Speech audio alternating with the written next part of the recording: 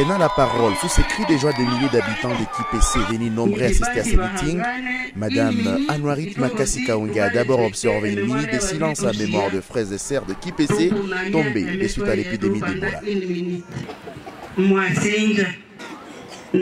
Directement, elle a donné l'objectif de sa mission à KIPC et de sa tournée dans tout le territoire de l'Ouganda.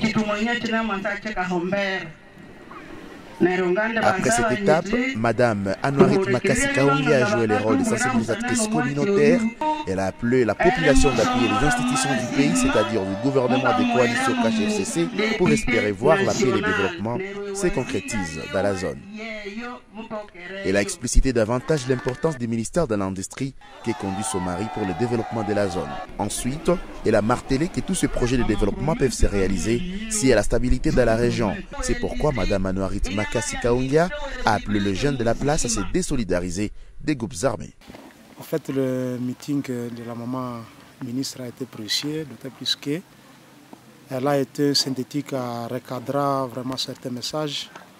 Le premier qui était le message des condoléances envers les familles éprouvées par la maladie à virus Ebola. Le deuxième message qui cadrait avec la sensibilisation et le remerciement de la part du ministre national de l'Industrie envers la communauté de KIPC par rapport au fait qu'il lui a élu massivement. Troisième message qui allait vers le sens de sensibiliser le jeune de quitter les groupes armés pour rejoindre l'armée loyaliste pour que la paix règne dans les milieux environnants. C'est pourquoi nous disions vraiment que c'est encourageant. Nous voulons aussi que d'autres mamans arrivent pour intervenir à ce même sens pour que vraiment nous puissions construire notre beau pays Congo, en particulier notre équipe. À la fin de son adresse, Mme Anouarit Makassi a montré sa solidarité à la population de KIPC en payant les factures médicales de plusieurs dizaines de malades, surtout les accouchés au centre de santé Baraka et celui de Kassima à une dizaine de kilomètres de KIPC. Nous sommes aujourd'hui d'accueillir une très forte délégation de visiteurs qui sont venus à notre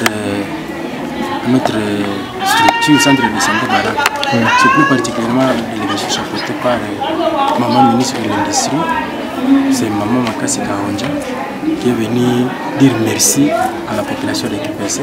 Plus particulièrement, il a fait une aide à mes malades parce qu'il a délivré tous les malades qui sont à l'hôpital, au centre de santé, mais aussi les femmes accouchées qui sont à la maternité. Nous remercions grandement l'honorable monsieur Palou Kaongia pour le fait qu'il vient d'épauler le malade. Et compte tenu de la situation que nous vivons vraiment, et les malades n'étaient pas capables d'honorer à leur facture.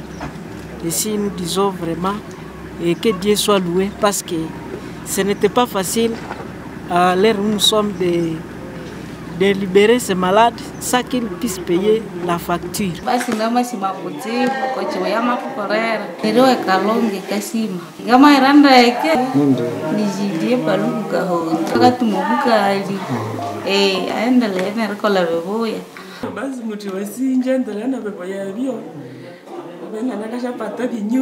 Nashukuru kwa jina la population yote ya eneo ya Kassima, na hata leo mimi ninafurahi gizi wagonjwa wote, wamama wote waliozala ndani ya hii kituo. Hata sina neno mingi ya kusema.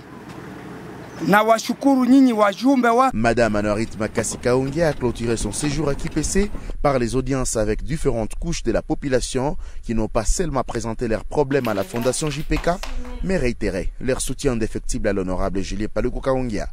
Au cours de ces rencontres en solo, l'épouse du ministre national de l'Industrie a rencontré les boursiers de la Fondation JPK.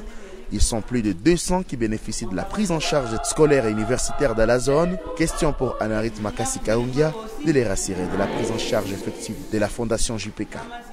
Peu avant le meeting de KIPC, la Fondation JPK a rencontré les habitants de Lubango et Kilongé, deux villages situés à plus de 10 km de Kitumbiro, mais également ceux de Katondi, plus de 10 km de KIPC pour la même mission de remerciement. À Kilongé par exemple, la Fondation JPK a remis des tôles à l'école primaire de la place, restée depuis plus de 3 mois à la merci des vents violents qui avaient emporté la toiture de l'école. Ici, les responsables de cette école primaire donnent ses impressions.